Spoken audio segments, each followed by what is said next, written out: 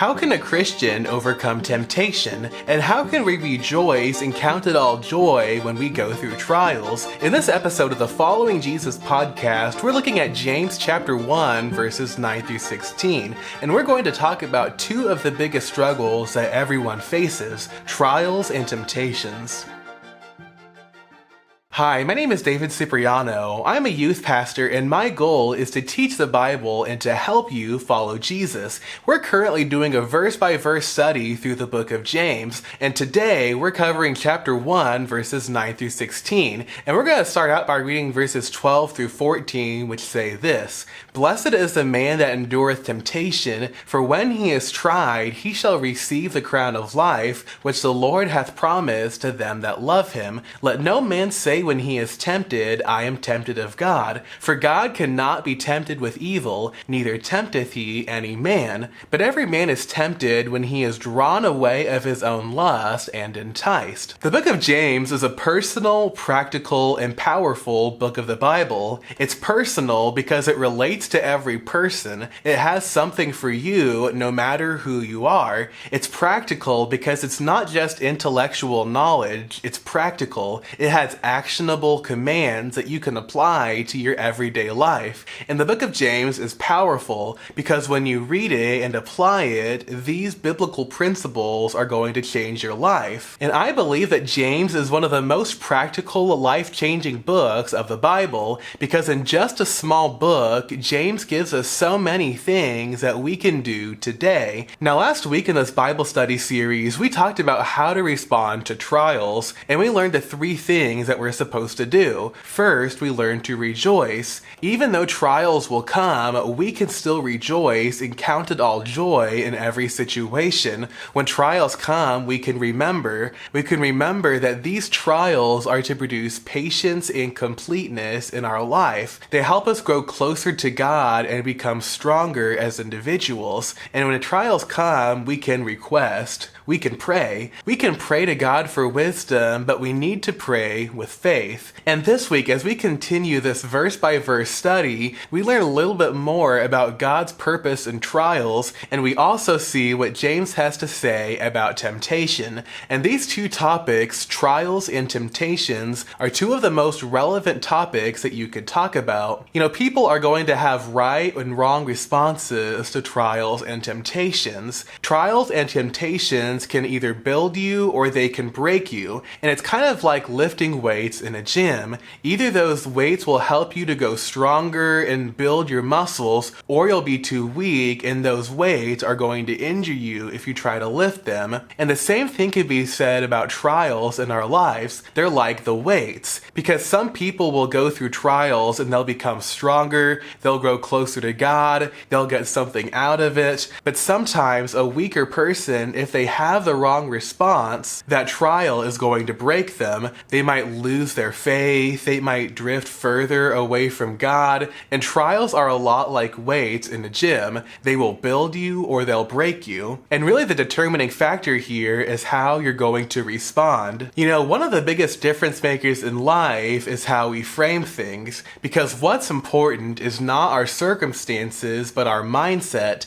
And a good mindset will turn a bad thing into a good thing, but a bad mindset will turn a good thing into a bad thing. See, two people can both go through the same situation, but both have different mindsets. And because they have different mindsets, they're ultimately going to have two different outcomes. And this is what James is showing here. And he's showing how we can have a proper view of trials and temptations, so that when we go through these inevitable stages of life, these things aren't going to destroy us or overcome us, but rather we can become strengthened by them and be drawn closer to God through them. So we're going to look at two main ideas here today, and the first is the rejoicing in trials. You see, earlier in the passage where we looked at last week, we learned how to count it all joy during trials. And now James continues this thought, and he gives us three reasons why we should rejoice in trials. Number one is because trials lift us up. He says in verse 9, "Let the brother brother of low degree rejoice in that he is exalted. And this reminds us of what he said in verses 2 through 4 when he said, "My brethren, count it all joy when you fall into diverse temptations, knowing this, that the trying of your faith worketh patience. But let patience have her perfect work, that ye may be perfect and entire, wanting nothing." We can rejoice in trials because these hard times help us to grow in ways that easy times never could have. Trials are a lot like fire, and fire can destroy a lot of things. A fire will destroy your house, it will destroy your car, it will burn through wood or clothes. But you know, fire can also refine gold and purify silver. Fire makes steel stronger, and as the saying goes, the strongest steel is forged by the hottest fires. You see, trials are like a fire in our lives. Some people go through trials and they're destroyed by them, but other people go through them and they're built through them. They're strengthened and refined during these times. And it's really up to us to determine, what will I be? Am I going to be like the house or the wood, or am I going to be like the gold or the steel? Am I going to let this situation break me, or am I going to let it build me? Because it's up to us to determine how we're going to respond during these situations. You know, trials remind us to depend on God. And the psalmist said in Psalm 119:71, "It is good for me that I have been afflicted, that I might learn thy statutes." And think about that verse for a minute. The psalmist said that it was good that he had been afflicted. Have you ever been thankful for a trial before? And maybe that seems like an odd thought to have, being thankful for something bad that happened to you, and yet that's what the writer says. It is good for me that I have been afflicted. Why? That I might learn thy statutes. And this is really a great mindset for us to have during trials, because when we go through trials and we respond the right way, then one day we can look back at the situation and say, I'm glad that I went through that. That situation, even though it seemed bad, it ended up being good for me. It was good for me because it brought me closer to God. You see, trials are an invitation to grow nearer to God. And yet the reality is that growing closer to God is not always what happens,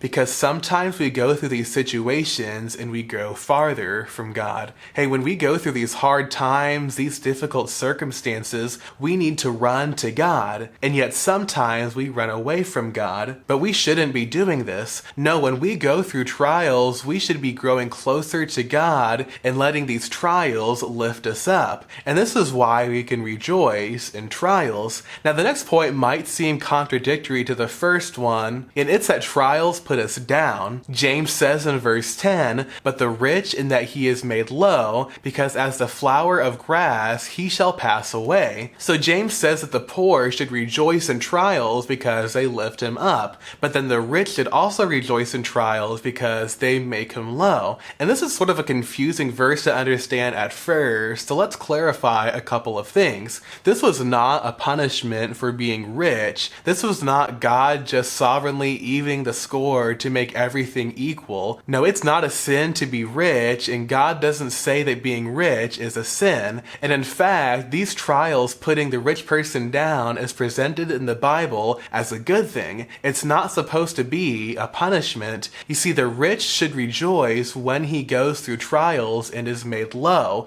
And the lesson here that we can learn is that no matter who you are, and no matter what you're going through, you can rejoice in that situation. And really, God helps us to see the good in everything. You see, everybody suffers, but through Christ, everybody can rejoice. And for the low, it's because God has a purpose and he's perfecting you. For the rich, it's that God is humbling you. God's reminding you that your confidence is not in the world. Your true riches aren't to be found on earth, but in eternity. And James continues to say in verse 11, "For the sun is no sooner risen with the burning heat, but it withereth the grass, and the flower thereof falleth, and the grace of the fashion of it perisheth, so also shall the rich man fade away in his ways." Trials remind us that all of our riches are very temporary. I heard a preacher once say, your riches are either coming or going. See, those rewards that are coming are those heavenly, eternal rewards. These rewards are permanent, and we can't lose them. They're where moth and rust can't corrupt. But those riches that are going are the earthly, temporary ones. These ones won't last forever. We can't take our riches with us. Not your house, not your car, not your money. No, those riches are going. And trials and times of loss in our life reminds us just how temporary everything that we have is. So we'd better be laying up treasures in heaven, the place where our treasures are permanent, not where they're just temporary. So we can rejoice in trials because trials lift us up, trials put us down, and then third, because trials bring blessing. Here's what verse number 12 says, "Blessed is the man that endureth temptation, for when he is tried, he shall receive the crown of life, which the Lord hath promised to them that love him." You see, often we get the wrong idea about what it means to be blessed. Sometimes we have sort of a prosperity gospel idea, and the truth is that being blessed does not mean that everything's going well and that you're having no problems in life. Now, in the Bible, the word blessed often has the idea of heavenly rewards, pleasing God, being obedient to God. Sometimes it means happiness or joy. And we see in verse 12 that the person who is blessed isn't just the person who's healthy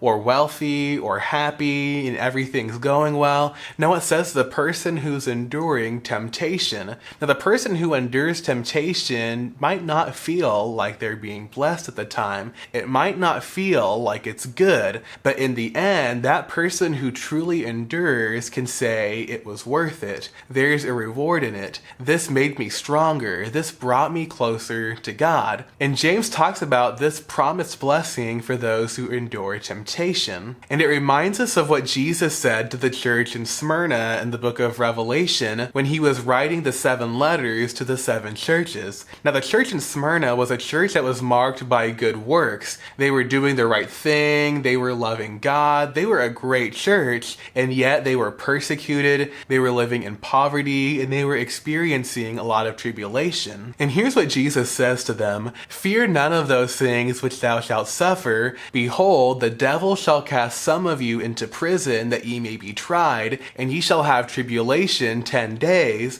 Be thou faithful unto death, and I will give thee a crown of life." And this is very similar to what James says in James 1:12. When we endure trials and tribulations, we'll receive a crown of life. Now, this crown is not like a crown that a king would wear. A crown here refers to something like a garland or a wreath that was given as a trophy in athletic games in ancient times. This was like their version of the Olympics, and where people get a gold medal today, back then they would receive a crown or this garland. And it was something that a person would wear on their head to commemorate what they had accomplished. And James here is talking about the crown of life, which is God's reward for spiritual triumph. There is a reward to those who suffer. Then we'll be able to look back at the big picture and say that we were glad that we went through these trials. You see, sometimes we go through trials and we think to ourselves, when can I get out of this? But really our question should be, what can I get out of this? How can I learn during this time? Well, trials can do a lot of things for us. They can help us become closer to God.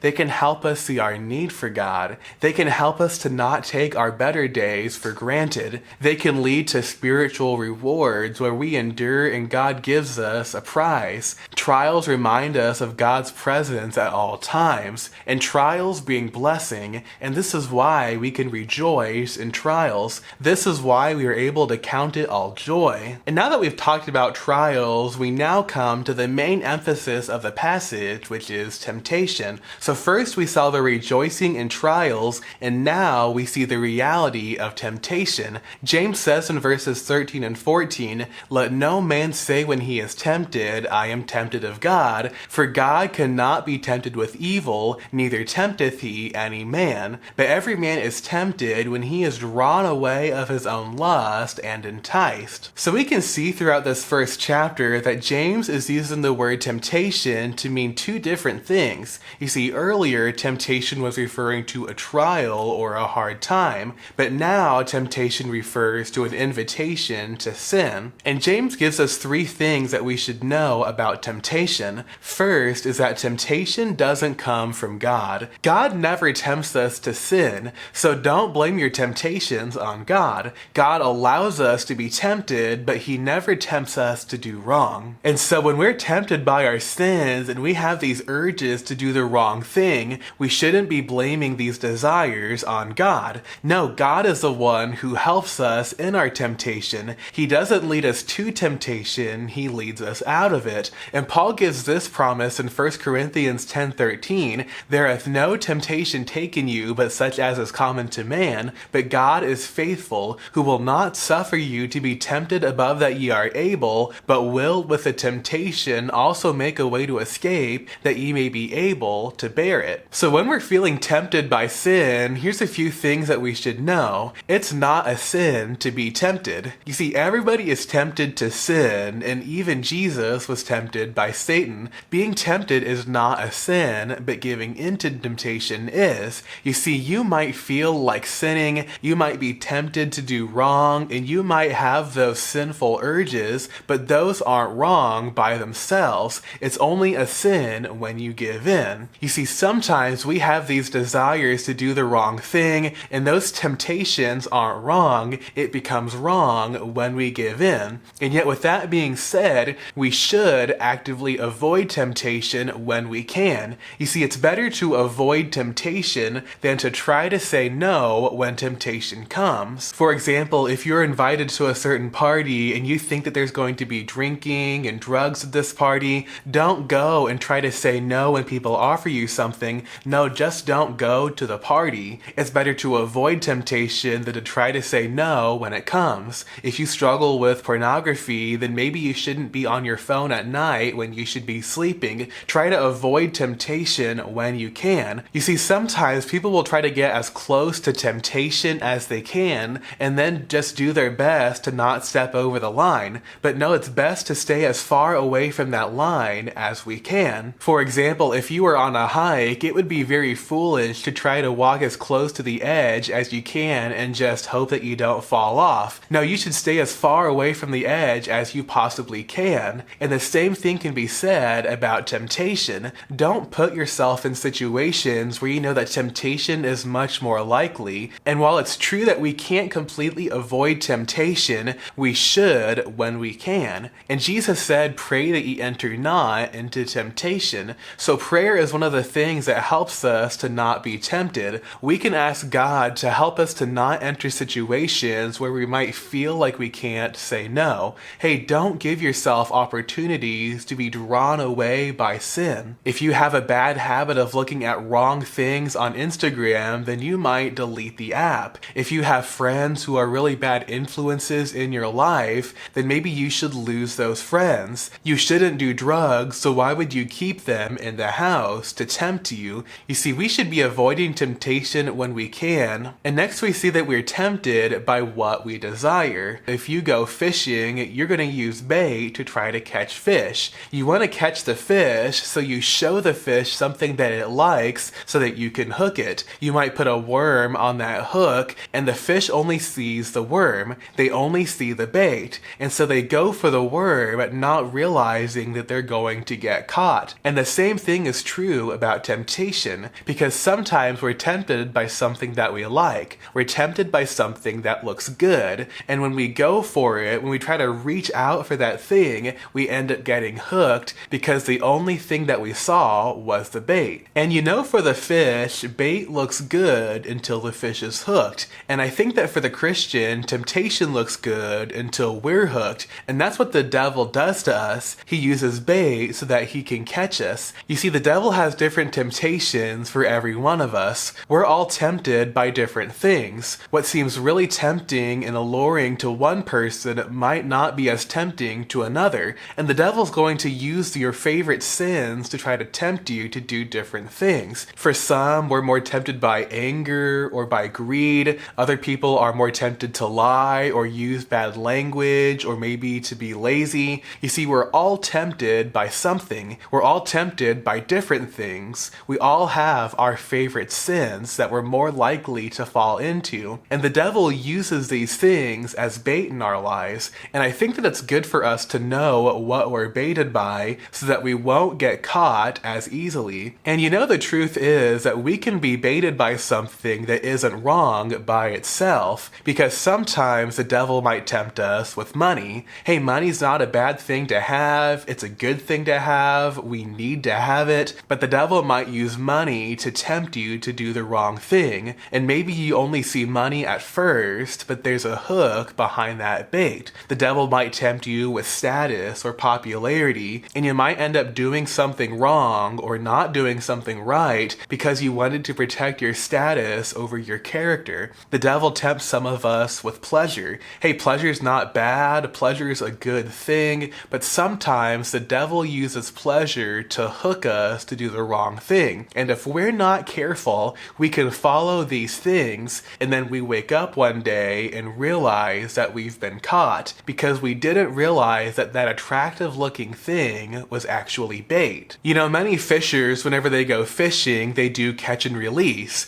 where they catch the fish and then throw it back into the water. And the funny thing is that some fish get caught many times, and a person might think, is that fish dumb? How does the fish keep getting caught over and over? How does it keep falling for the same trick time after time after time? But let's really think about it. Are we that much different? Because you might think that we should have learned our lesson after the first time. The first time that we gave into that sin and we had the bad consequences of that sin, we should have learned our lesson. And yet often we become tricked and deceived by the same things over and over again. We're just like that fish that's caught and released time after time. And this is how the devil uses temptation in our lives. And here's what James says in verses 14 and 15. But every man is tempted when he is drawn away of his own lust and enticed. Then when lust hath conceived, it bringeth forth sin, and sin, when it is finished, bringeth forth death. You see, temptation here refers to lust and enticement. And in this context, lust isn't just about sexual desires. No, lust just simply means desire. And lust and desire aren't always bad. We have desires, and those desires can be fulfilled in right ways. And you see, lust is like hunger. It's not wrong to be hungry, but you can sometimes be hungry for things that aren't good for you. You see, lust is wrong when it's drawn away. That's when it becomes sinful. And as we covered earlier, being tempted is not a sin, but giving into temptation is. And I would encourage you to deal with your lusts and your temptations when they're small and in the early stages. And that's not to say that sins are sometimes insignificant. No, sin is always sin. Sin is always wrong. But it's a lot easier and a lot better to deal with a sin in the earlier stages than to try to deal with the consequences later on when things are a lot more serious. You see, our sins start off smaller, but then they grow bigger and bigger. And what might seem small and insignificant right now could end up totally ruining and destroying your life. And so it's better for us to deal with our sins when they're small. It's better to just nip it in the bud. You see, a spark leads to a fire, and you might think that that thing is small now, but it can lead to something so much bigger and more destructive. Sin is like cancer, and with cancer, you want to catch it in the earliest stage possible, because if you wait, if you put it off, if you don't realize that you have it until you're in a later stage, that cancer will destroy you. And it's easier to defeat a small cancerous tomb than a bigger one, and the same thing is true about sin. Sin is a lot easier to defeat earlier on, and the longer you wait to get rid of that sin, the more harmful and destructive those consequences will be. So whenever we have sin in our lives, even if it seems small today, we need to defeat it now before it gets bigger, before it gets worse, before the consequences become a lot more irreversible. And then the third thing that we see about temptation temptation is that temptation must be resisted. You see, verse 16 says, "Do not err, my beloved brethren." And the thing about temptation is that when you feed something, you invite it back. For example, if a stray cat comes to your house, if you feed that cat, the cat will end up coming back to your house. But if you don't feed the cat will eventually leave. And with temptation, if we feed that temptation will come back. And not only will the temptation come back, but it will seem more addictive, it will be harder to say no, it will become more difficult to overcome it. When you feed something, you invite it back. You see, sin is like a monster, and every time you feed the monster becomes stronger, you become more powerless, and so don't give in to temptation. James says, do not err, don't fall into sin. And often we're faced with such great temptation because we keep feeding it, and every time you feed the monster, it comes back bigger and hungrier the next time. Every time you sin, there's a stronger chance that you're going to do it again. And here's what James says later on in the book. In chapter 4, verse 7, he says, "Submit yourselves therefore to God, resist the devil, and he will flee from you." And we see here that submitting to God and resisting the devil go hand in hand, and we resist the devil by submitting to God. For example, if there's a storm coming, you don't fight the storm, you run to the shelter. And when the devil comes and tempts us, we don't resist by fighting the devil, we resist by running to God. And James says, "Do not err, my beloved brethren." And if the Bible tells us to do something, then that means it's possible to do it. You see, God won't tell you to do something where he won't give you the power to do it. God doesn't give us commands and then not empower us to do them. No, where God guides, he provides. And I want to remind you again with 1 Corinthians 10:13, which says, "There hath no temptation taken you but such as is common to man, but God is faithful, who will not suffer you to be tempted above that ye are able, but will with the temptation also make a way to escape, that ye may be able to bear it." And when it comes to overcoming temptation and saying no to sin, I think that Joseph gives us a great example of this, because from the example of Joseph, we see that our motivation to overcoming temptation is our love for God. When we're devoted to God, that's how we can say no to sin.